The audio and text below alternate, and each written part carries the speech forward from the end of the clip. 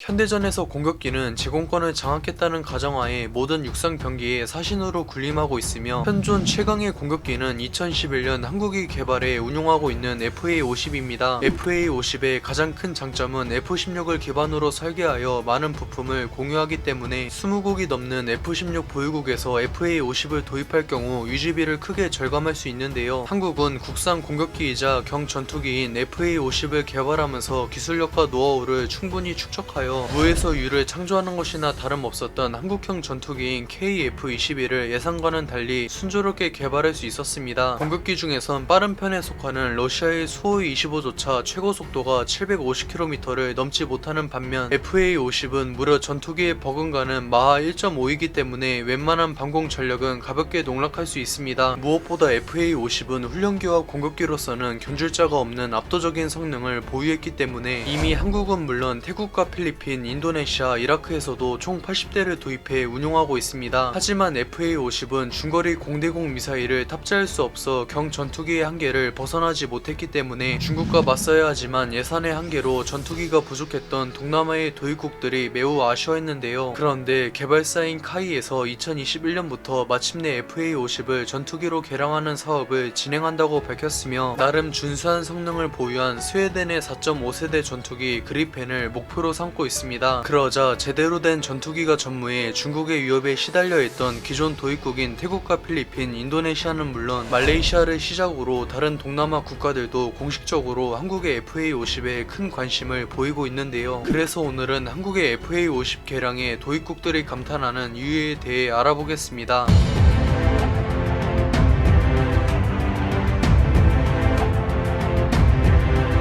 세계 8위의 전력을 보유한 한국 공군은 아시아에선 중국과 인도 다한가며 일본 공자대와 대등하지만 주변국에 비하면 눈에 띄게 부족한 전투기의 수적 열세가 약점으로 지적받고 있습니다. 그래서 1970년대에 생산했던 구형 전투기인 F5를 아직도 퇴역시키지 못하고 운용하고 있으며 현재 60대를 보유하고 있지만 반쪽짜리 경전투기에 불과했던 FA-50은 그야말로 계륵이나 다름없었는데요. 그러나 FA-50의 잠재력을 눈여겨봤던 한국 공군과 카이는 두 차례의 개량을 거쳐 4.5세대 전투기로 운용할 계획인데 이는 미국산 전투기를 도입하지 못하는 아프리카와 남미, 동남아의 전투기 시장을 겨냥했다고도 볼 수 있습니다. 우선 명색이 공격기임에도 기존엔 저렴한 무유도 폭탄밖에 탑재할 수 없었던 FA-50은 1차 개량 단계인 블록 10을 통해 타우러스를 필두로 거의 모든 공대지 무장에 탑재가 가능해지면서 압도적인 공대지 능력을 보유하게 되었습니다. 하지만 FA-50은 2차 개량 단계인 블록 20을 통해 더 이상 계륵이 아닌 진정한 전투기로 거듭나게 되는데 우선 프로브를 장착해 한국 공군이 보유한 시그너스의 공중급유가 가능해지면서 채공시간과 순항 거리가 대폭 증가했는데요. 거기다 공대공 전투의 핵심인 전자장비에서 KF-21의 A사 레이더, 정확히는 축소형을 탑재할 예정인데 KF-21의 공대공 능력만큼은 F-22와 동급으로 평가받기 때문에 FA-50 또한 4.5세대에서는 상위권에 속할 것으로 예상됩니다. 무엇보다 FA-50은